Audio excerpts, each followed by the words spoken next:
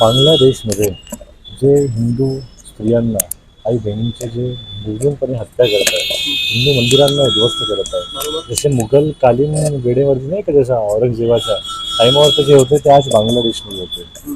त्याविषयी आपण काय बोलू? एक जुनी म्हण आहे, जर तुम्ही घरामध्ये सापाला जर दूध पाजलं तर त्या सापाचं एक कृत्य आहे, त्याला दुसरं काही नाही, तो एक ना एक दिवस तुम्हाला दंशन करणार, एक ना एक दिवस तुम्हाला डसणार. जितकं माहीत असूनही आपणच त्या सापांना दूध पाजून आलो, त्याचाच परिणाम ज्या लोकांना जेव्हा बांगलादेशाची निर्मिती झाली, जेव्हा आमच्या इथले काही, त्यांचं मी नाव घेत नाही, तुम्ही समजू शकता, त्यांनी जेव्हा या जिन्ना नावाच्या एका हरामखोराला बांगलादेश पाकिस्तान म्हणून भीक दिली आणि त्यावेळेस त्यांच्याकडे खायला पैसेसुद्धा नव्हते, आणि त्यावेळेस आमचे इस्कान म्हणून आमचे जो संस्थान आहे, जे रामकृष्णाचं परम भजन करतात, ते लोक रामकृष्णाला मानतात, तेव्हा 2 लाख प्रति दिवस अशा लोकांना, त्या मुस्लिम लोकांना त्यांनी जेवण चाललं.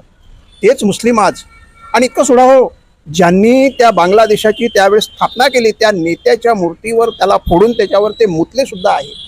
ही परिस्थिती त्या बांगलादेशामध्ये झालेली आहे.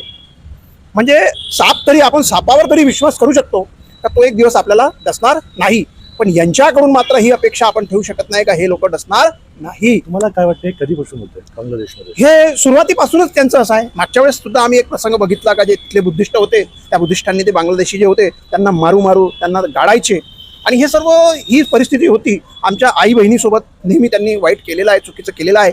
अवघ्या 3 वर्षाची मुलगी, हो, विचार करण्याची बाब आहे. फक्त 3 वर्षाच्या मुलीला, त्या मुलीला 3 वर्षाच्या सुद्धा या लोकांनी सोडलं नाही, ही यांची थिंकिंग आहे. काय बोलावं, हे साप आहे. बांगलादेशमध्ये असो किंवा इतर इस्लामिक राष्ट्रामध्ये हिंदूंची जनसंख्या हळूहळू कमी होत चालली आहे. दादा, त्याविषयी तुम्ही काय बोलता? दादा, हा एक इशारा आहे. बांगलादेश हा एक इशारा आहे, त्यांची चेतावणी आहे. समजून जा, आता तरी समजा. पण आपले हिंदू लोक जे आहे अजून त्यांना समजदारी आलेली नाही. हिंदुस्थानात भविष्यात असं काय होऊ शकतो? नेमकंच होणारच.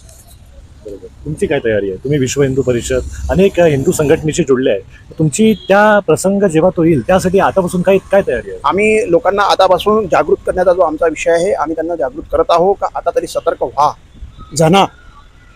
खूप छान, धन्यवाद. जय श्रीराम.